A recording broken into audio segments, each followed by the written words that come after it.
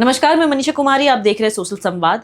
चुनाव आयोग ने मतदाताओं की सुविधा के लिए एक नया एनिमेटेड वीडियो जारी किया है। इस वीडियो के जरिए SIR के तहत इन्यूमरेशन फॉर्म भरने और उसे जमा करने की पूरी प्रक्रिया बेहद आसान और सरल भाषा में समझाई गई है। वीडियो में स्टेप बाय स्टेप बताया गया है कि मतदाता किस तरह अपनी जानकारी सही तरीके से अपडेट कर सकते हैं। आयोग का उद्देश्य है कि किस तरह पात्र मतदाता समय पर अपनी जानकारी दर्ज कराए, लोकतंत्र प्रक्रिया में अपनी भागीदारी सुनिश्चित करे। आइए देखते हैं इस वीडियो में क्या कुछ खास बताया गया है। जोहार, पहचाना मुझे?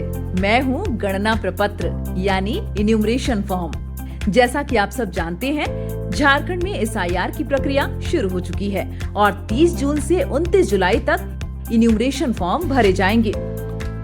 तो इसी दौरान मैं यानी इन्यूमरेशन फॉर्म आऊंगी आपके घर, वो भी डबल रोल में।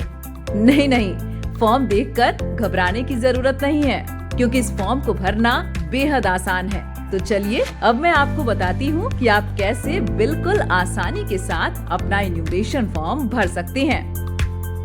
मेरे सबसे ऊपर लिखा है मुझे आपके घर पहुँचाने वाली यानी आपकी BLO का नाम और मोबाइल नंबर। अब सबसे पहले आप मुझे 4 भागों में बांट सकते हैं, ऐसे। तो सबसे ऊपर वाले पहले भाग में आपको आपकी सारी डिटेल्स मिल जाएंगी, जैसे आपका नाम, EPIC number, address, part number, विधानसभा क्षेत्र और राज्य का नाम। ये जानकारी पहले से ही प्रिंटेड होगी। साथ ही एक यूनिक QR कोड और आपकी पुरानी प्रिंटेड फोटो के ठीक बगल में आपको मिलेगी अपनी नई रंगीन पासपोर्ट साइज फोटो चिपकाने की जगह।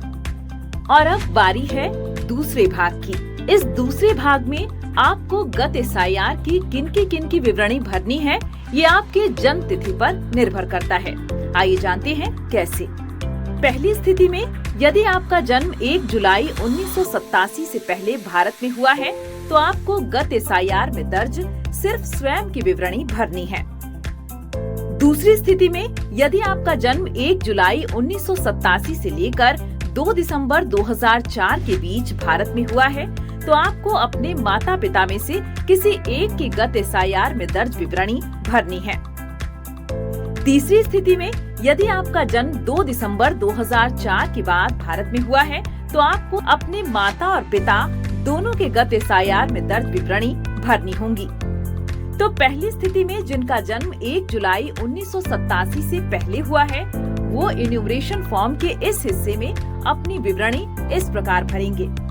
गत SIR की मतदाता सूची में दर्ज अपना नाम लिखें। इसके बाद एपिक यानी मतदाता पहचान पत्र का सीरियल नंबर अगर उपलब्ध हो तो यहाँ लिखें। रिश्तेदार का नाम वाले कॉलम में अपने पिता का नाम लिखें और नीचे संबंध वाले कॉलम में उनसे अपना संबंध दर्ज करें। अब जिला, राज्य और विधानसभा वाले कॉलम को भरें। इसके ठीक नीचे बनाए गए बॉक्स में आप गत SIR में दर्ज स्वयं का विधानसभा क्षेत्र संख्या, भाग संख्या और क्रम संख्या दर्ज करें। अब दूसरी स्थिति में यदि आपका जन्म 1 जुलाई 1987 से लेकर 2 दिसंबर 2004 के बीच हुआ है, तो आप फॉर्म के दूसरे भाग के दाएं वाले हिस्से में अपने माता या पिता के गत SIR में दर्ज विवरणी इस प्रकार भरेंगे। नाम वाले कॉलम में माता या पिता जिनकी भी जानकारी उपलब्ध हो उनका नाम लिखें।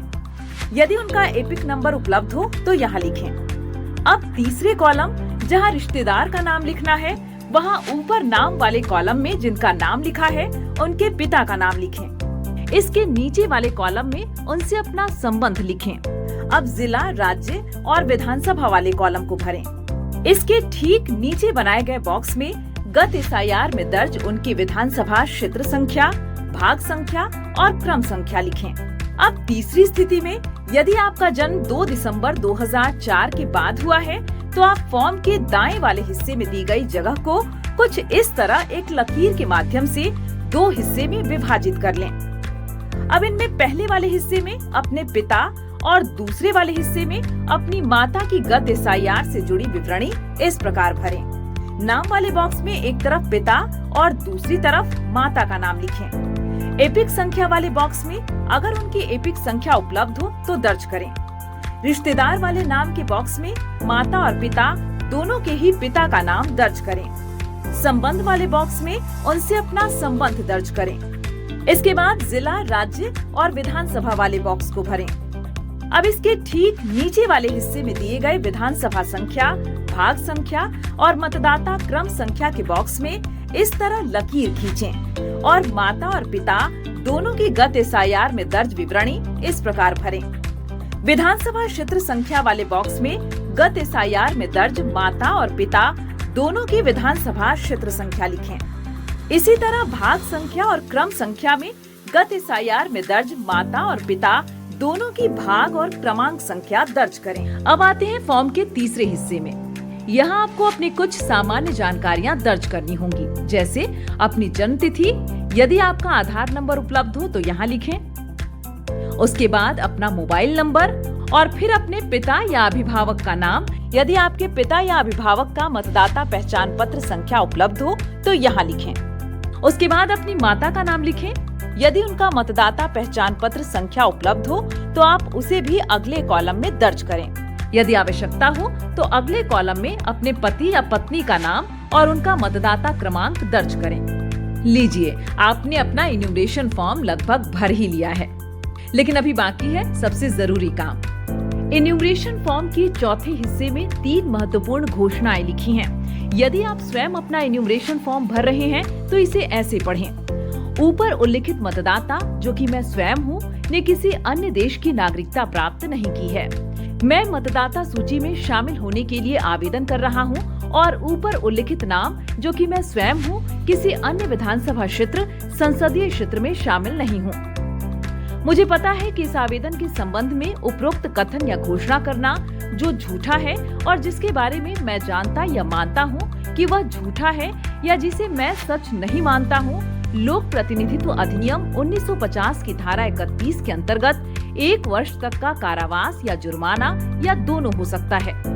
और यदि आप परिवार के किसी अन्य सदस्य के लिए इन्यूमरेशन फॉर्म भर रहे हो तो इसे ऐसे पढ़ें।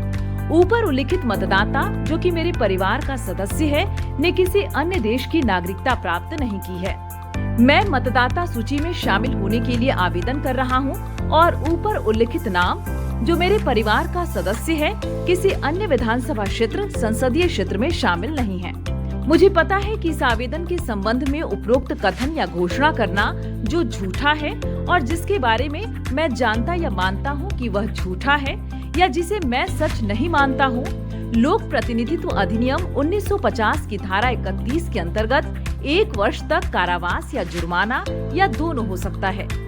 इस घोषणा को ध्यान पूर्वक पढ़ने के बाद एक बार फिर दर्ज की गई जानकारी को अच्छी तरह जांच लें और अगर सारी जानकारियां सही हो तो सबसे नीचे दाहिनी तरफ दिए गए स्थान में अपने हस्ताक्षर कीजिए।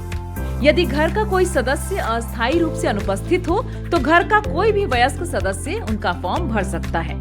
लेकिन यहाँ ये बात ध्यान देने की है कि हस्ताक्षर करते समय मतदाता से अपने संबंध की जानकारी अवश्य दें। देखा कितना आसान है इन्यूमरेशन फॉर्म भरना? यही नहीं, इससे भी आसान है इन्यूमरेशन फॉर्म जमा करना। 2 प्रतियों में मिले इन्यूमरेशन फॉर्म को भरने के बाद एक प्रति BLO को दे दें और दूसरी प्रति में इसकी रिसीविंग जरूर ले लें। रिसीविंग वाले प्रति को अपने पास सुरक्षित रख लें। बस हो गया। और एक बात, इन्यूमरेशन फॉर्म भरने में देर न करें। फॉर्म मिलते ही जितनी जल्दी हो सके इसे भरकर जमा करें। इन्यूमरेशन फॉर्म के साथ कोई भी दस्तावेज नहीं देना है। सिर्फ पात्र भारतीय नागरिक ही इन्यूमरेशन की इस प्रक्रिया में भाग ले सकते हैं। वैध अथवा अवैध रूप से भारत आए किसी विदेशी नागरिक का सत्य या मिथ्या जानकारी देना, रिक्त या आंशिक रूप से इन्यूमरेशन फॉर्म भरना या फॉर्म पर हस्ताक्षर करना जन प्रतिनिधित्व अधिनियम की धारा 31 के तहत एक दंडनीय अपराध है। अगर कोई भी विदेशी नागरिक भरा हुआ इन्यूमरेशन फॉर्म BLO को व्यक्तिगत रूप से अथवा ऑनलाइन माध्यम से जमा करता है तो ERO उस आवेदक के खिलाफ FIR दर्ज करेंगे। विदेशी नागरिक इन्यूमरेशन फॉर्म न भरें और बिना हस्ताक्षर किए ही BLO को तुरंत वापस करें।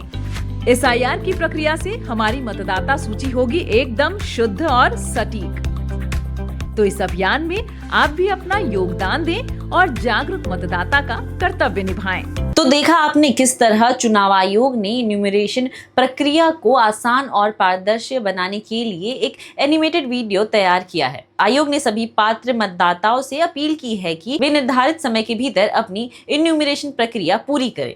यदि किसी प्रकार की कठिनाई आती है तो अपने BLO से संपर्क करें या चुनाव आयोग के आधिकारिक पोर्टल की सहायता लें। आयोग का कहना है कि प्रत्येक पात्र मतदाता की भागीदारी ही लोकतंत्र को और अधिक मजबूत बनाती है। बाकी तमाम खबरों के लिए देखते रहे सोशल संवाद में मनीषा सहयोगी पंकज के साथ।